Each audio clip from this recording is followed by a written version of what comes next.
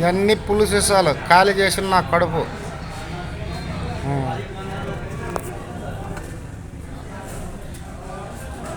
మొత్తం పుల్లు సీసాలు ఖాళీ చేసిన నా కడుపు. కోట్లు మొత్తం సంపాదించిన ఆస్తి అంతా వీటి కోసమే పోయింది.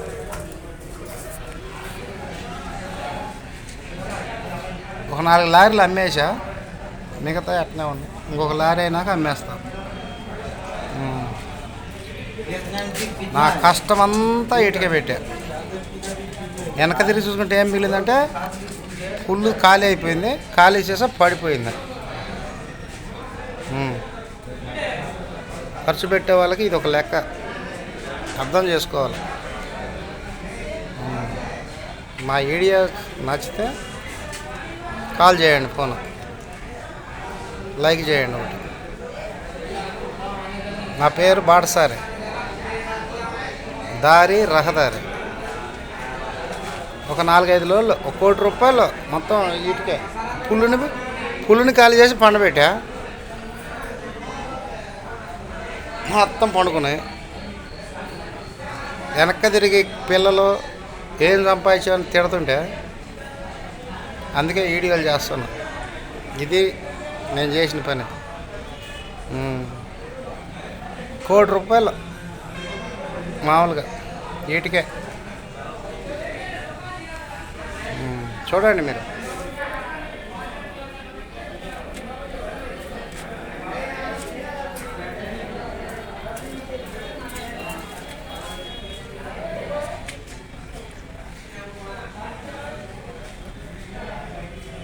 ఇట్లాంటివాడికి రా కష్టాలు పక్కనోడికి వస్తాయా చెప్పండి.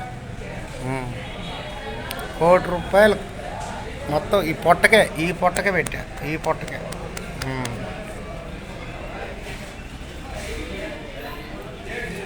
నిన్నగాక మొన్న మేస్తులైన వాళ్ళు కూడా 10 లక్షలు, 20 లక్షలు, 30 లక్షలు ఆడపేట కొన్నా, ఈడపేట కొన్నా అంటున్నారు.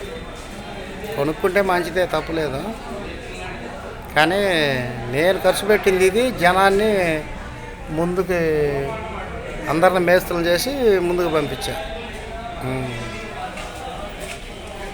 చేసుకున్నాక వెనక తిరిగి చూసుకుంటేనే కనపడుద్ది ఏదైనా. ఇంకా వయసు మీద పడ్డాక మానుకోమంటే మానుకొని ఏం చేయాలా? ఇంకేం చేయాలి చెప్పండి? వయసులో ఉన్నప్పుడు ఖర్చు పెట్టేది, మరి వయసు మీద పడ్డాక మానుకొని ఏం చేయాలి? అర్థం చేసుకోవాలి ప్రతి ఒక్కళ్ళు. ఇట్లాంటి ఒక 5 లారీలు 6 లారీలు ఎత్తేసా. ఇది నా చరిత్ర. ఇంకా మంచి మంచి వీడియోలు ఇస్తా మీకు. కానీ ఇప్పుడు ఈ వీడియోని బట్టి మీకు ఏం అర్థమవుతుందంటే, సంపాదించేటైనా ఖర్చు పెట్టుకోపోకండి.